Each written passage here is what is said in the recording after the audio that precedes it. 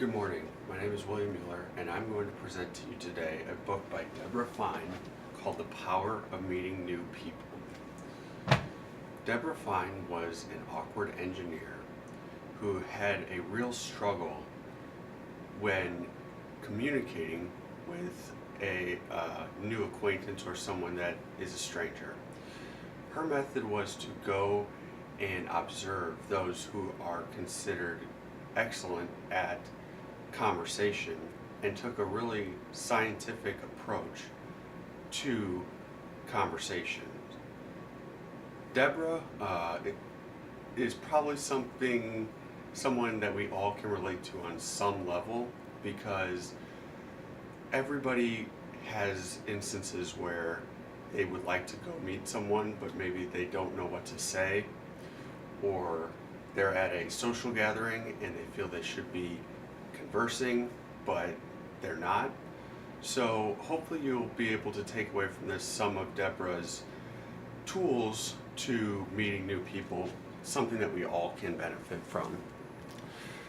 So what I'm going to go over in this talk is going to be an introduction, reflection questions, the goals of a good conversationalist, keeping a conversation alive, conversing in groups, and something Deborah terms conversation criminals. I'd ask you all now to just silently answer yes or no to these three questions. I'm going to also ask, if it's a yes answer, to go ahead and think about one instance why you answered yes. So the first question is, I have joined or participated in one club or other activity to meet new people for business or personal reasons. Second question. When someone asks me what's new, instead of saying not much, I respond with something pleasant from my life. Third question. At meetings, parties, and virtually everywhere I go, I introduce myself to people and I walk away with at least 3 new names. Now, if you didn't answer yes to every one of those questions, you're certainly not alone. Deborah still doesn't answer yes to each of those questions.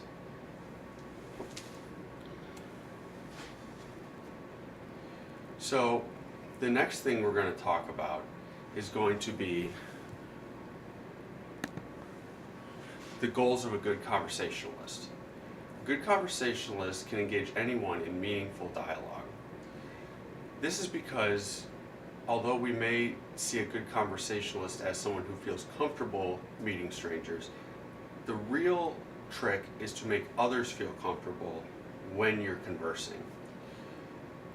This will allow you to rejuvenate a dying conversation, transition to new topics, feel more comfortable within a networking setting, and step out of conversations with grace.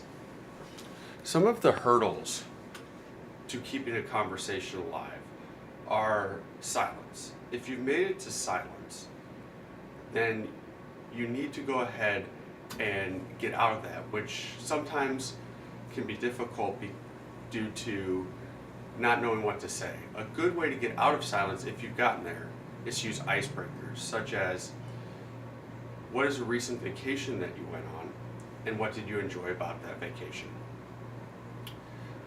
To avoid silence altogether, take responsibility for the conversation. Step up and be the one that initiates the dialogue. The others within the group will likely appreciate this, that you have stepped up and taken the responsibility. Have you ever had that time where you are in a group and you're conversing and you say something and then you're done, but nobody immediately jumps in after you? That is because there isn't somebody waiting there with a hook to just snag you up the conversation all the time. You need to provide material that can continue the conversation instead of assuming that somebody's waiting just to grab that ball from you. When conversing in groups, when you join the group, Deborah suggests that it's already a formed group, so you want to stand back, but show attention to the presenter. Let them know that you're interested. And once the group sees that you're interested, they'll likely welcome you in. But once you get into the group, don't just jump in with negative opinions or contrary opinions about it, because this will likely isolate you from the group. And don't feel that you need to immediately begin talking as soon as you join the group. So it's not wrong to join a group, but to be silent for a little bit.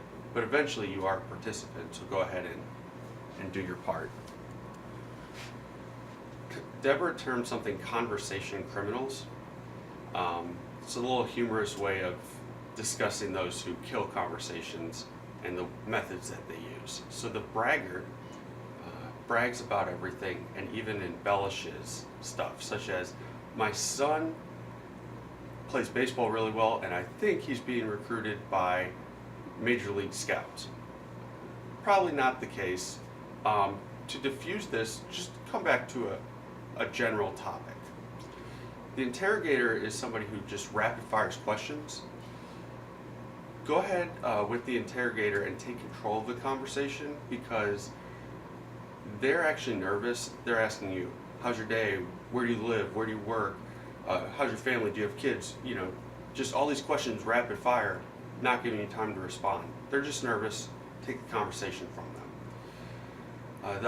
The one-upper and the know-it-all, both are difficult ones to deal with.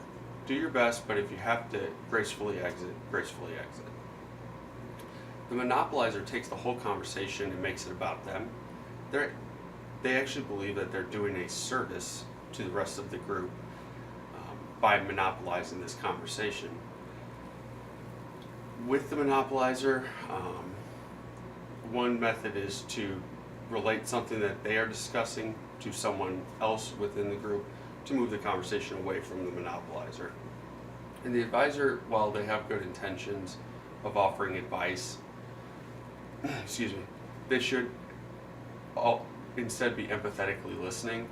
So there's really not a way to diffuse this, but just if you are aware that you are part of or have ever been involved in any of these crimes of conversation, now we have named them, and try to be more aware in the future. Exiting a conversation with grace shows the other participant that you are interested. A good exit is one where you can bring the conversation back to where it began, the original reason for the conversation, and then stating why you have to exit, and then exiting. In conclusion, conversation and meeting new people is something that we all can benefit from, both from a networking perspective and from a personal perspective. I hope that some of these tools have made us more aware of both good practices and bad practices within conversation. And if you take one thing away, just remember that